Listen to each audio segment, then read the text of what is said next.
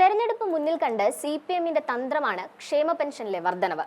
1600-ൽ നിന്ന് 2000-ആക്കി പെൻഷൻ ഉയർത്തിയത് ഇടത് പ്രൊഫൈലുകൾ ആഘോഷമാക്കുകയാണ്. ഇതിനൊപ്പം അവർ പടച്ചുവിടുന്ന മറ്റൊരു നുണയാണ് ഉമ്മൻചാണ്ടി സർക്കാർ പെൻഷൻ നൽകാതെ ജനങ്ങളെ വഞ്ചിച്ചു എന്നത്. ഈ നുണ പൊളിച്ചെടുക്കുകയാണ് പ്രതിപക്ഷ നേതാവ് VD സതീശൻ. ധനമന്ത്രി KN ബാലഗോപാലും മുഖ്യമന്ത്രി പിണറായി വിജയനും പറയുന്ന ഈ നുണ ഏറ്റുപാടുന്നവരെ പറപ്പിക്കുന്നുണ്ട് സതീശൻ. അതിന് പരസ്യമായ സംവാദത്തിന് ധനമന്ത്രിയെ വെല്ലുവിളിക്കുകയാണ് VD സതീശൻ. ഈ നുണ ആവർത്തിച്ച ബാലഗോപാൽ പക്ഷെ ഇപ്പോൾ ഒളിച്ചോടിയിരിക്കുകയാണ്. നേരിട്ട് മുട്ടാം, ധൈര്യമുണ്ടെങ്കിൽ വരൂ എന്നാണ് സതീശൻ വെല്ലുവിളിക്കുന്നത്. ഇത് കേട്ടില്ലെന്ന് അടിക്കുകയാണ് ധനമന്ത്രി ചെയ്യുന്നത്. 2000 രൂപയിൽ ക്ഷേമ പെൻഷൻ തങ്ങൾ എത്തിച്ചു, ഇനി തുടർഭരണം ഉറപ്പാണെന്നാണ് ധനമന്ത്രി പറയുന്നത്. ആ ആത്മവിശ്വാസത്തിന്റെ പുറത്ത് പല നുണക്കഥകളും തട്ടിവിടുമ്പോൾ വെല്ലുവിളിക്കാൻ ഇപ്പുറത്ത് ഒരാൾ ഉണ്ടെന്ന് ധനമന്ത്രി മറന്നുപോയതാണ് കാരണം. ഉമ്മൻചാണ്ടി ക്ഷേമ പെൻഷൻ നൽകാതെ ജനങ്ങളെ കബളിപ്പിച്ചുവെന്നും കുടിശ്ശിക കയറി 18 മാസത്തോളം എത്തിയെന്നുമാണ് ധനമന്ത്രി പറഞ്ഞത്. ഇതാണ് സതീശനെ ചൊടിപ്പിച്ച ഘടകം. ഇതോടെയാണ് തുറന്ന സംവാദത്തിന് സതീശൻ ധനമന്ത്രി ബാലഗോപാലിനെ വെല്ലുവിളിച്ചത്.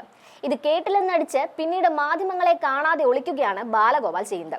ഇതിനു പുറമെ മറ്റു ചില കാര്യങ്ങൾ കൂടി ജനങ്ങളെ ഓർമ്മിപ്പിക്കുന്നുണ്ട് സതീശൻ.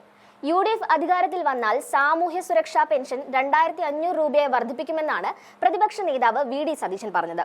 പിണറായി വിജയൻ സർക്കാരിന്റെ ക്ഷേമ പ്രഖ്യാപനങ്ങളെയും സാമൂഹ്യ സുരക്ഷാ പെൻഷൻ വർധനവിനെയും തെരഞ്ഞെടുപ്പ് തട്ടിപ്പ് എന്ന് വിശേഷിപ്പിച്ച പ്രതിപക്ഷ നേതാവ് ഈ പ്രഖ്യാപനങ്ങൾ സർക്കാരിന്റെ ജാള്യത മറയ്ക്കാനുള്ള ശ്രമമാണെന്നും ആരോപിക്കുന്നുണ്ട്.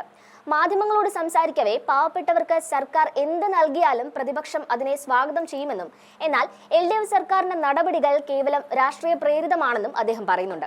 LDF സർക്കാർ അധികാരത്തിൽ വരുന്നതിന് മുമ്പ് സാമൂഹ്യ സുരക്ഷാ പെൻഷൻ 2500 രൂപയാക്കുമെന്ന് പ്രഖ്യാപിച്ചിരുന്നു. എന്നാൽ 4.5 വർഷക്കാലം ഇത് ചെയ്തില്ല.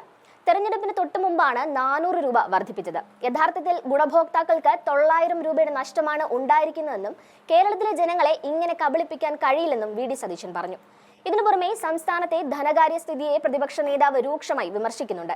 ജീവനക്കാർക്കും അധ്യാപകർക്കും പെൻഷൻകാർക്കും ഈ സർക്കാർ കൊടുക്കാനുള്ളത് ഏകദേശം 1 ലക്ഷം കോടി രൂപയാണെന്ന് അദ്ദേഹം ആരോപിച്ചു. ക്ഷേമനിധികളും മറ്റ് ആനുകൂല്യങ്ങളും ഇത്രയധികം മുടങ്ങിയ കാലം മുൻപ് ഉണ്ടായിട്ടില്ലെന്നും പ്രതിപക്ഷ നേതാവ് പറയുന്നുണ്ട്. നയനാർ സർക്കാരാണ് പെൻഷൻ നൽകി തുടങ്ങിയതെന്ന പ്രചാരണം പച്ചക്കള്ളമാണെന്നും അദ്ദേഹം പറഞ്ഞു. ആശാവർക്കർമാരുടെ സമരത്തെ പരിഹസിച്ച സർക്കാരാണ് ഇപ്പോൾ 33 രൂപ കൂടുതൽ കൊടുത്തിരിക്കുന്നതെന്നും അവരുടെ ഓണറേറിയം ഗൗരവകരമായി വർദ്ധിപ്പിക്കണമെന്ന് ഹൈക്കോടതി പോലും പറഞ്ഞിട്ടുള്ളതാണെന്നും സതീശൻ ഓർമ്മിപ്പിച്ചു. കൂടാതെ 2026-ൽ 100-ലധികം സീറ്റുമായി UDF തിരിച്ചുവരുമെന്നും അതിന് നേതൃത്വം നൽകുന്നത് കോൺഗ്രസ് ആണെന്ന ആത്മവിശ്വാസവും പ്രതിപക്ഷ നേതാവ് പ്രകടിപ്പിക്കുന്നുണ്ട്. കോൺഗ്രസിൽ കുഴപ്പമുണ്ടെന്നത് CPIM പ്രചാരണമാണെന്നും യഥാർത്ഥത്തിൽ ഇപ്പോൾ LDF-ലാണ് കുഴപ്പമെന്നും സതീശൻ പരിഹസിക്കുന്നുണ്ട്.